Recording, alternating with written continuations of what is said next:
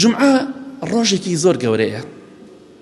وانەزانی عورف و عادەتە باوکم نوێژی کرد مزگەوتەکەم با پیرەم کردی مشتێکم نە، ئەمە عیبادەتێکی زۆر گەورەیە. باسمان کرد چەند بەڵگەمان هێنا.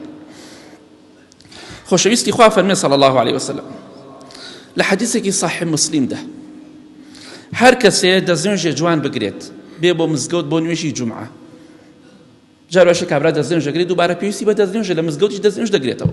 تۆ لە ماڵ بیگرە ئەگەر سەغڵەتووی دووبارە لە مزگەوتیش بیگرەوە، بەڵام لە ماڵەوە بە دەستنوێژەوە دەرچەوە. هەر کەسێک بێ بۆ نوێژی جومعە دەستنوێژێ بگرێت بێ بۆ مزگەوت. پێغەمبەری خوا فەرمێ صلی الله علیه وسلم ئەو کەسە چییە؟ بەس گوێ بگرێ فاستمع وأنصت، لە مزگەوتە جوان گوێ بگرێ و قسە نەکا، لە کاتی خوتبەدا قسە نەکا.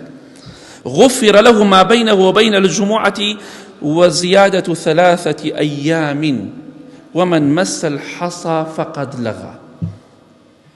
خوای گەورە لە گوناهی ئەو هەفتەی خۆشە بێ، واتە ئەمڕۆ جومعەیە هاتی بۆ مزگەوت، لە جومعەکەی پێشوو چەندێک گوناحت کردووە؟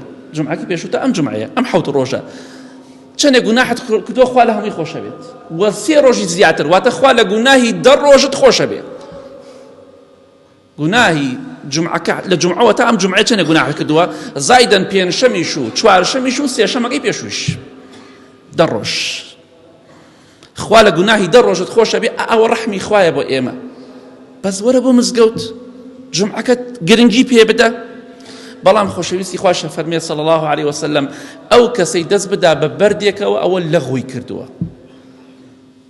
دەست مەدەنە تەسبیحەوە، خەریکی مۆبایل مەمن لە کاتی وتارە، خۆتان مەشغوڵ مەکەن بە فەرش و نازانم بە چیەوە، بێدەنگ بن و جوان گوێ بگرن، بۆی ئەوە خێریکی گەورەیە کە خوای گەورە لە گوناهی 10 ڕۆژت خۆشە بێ.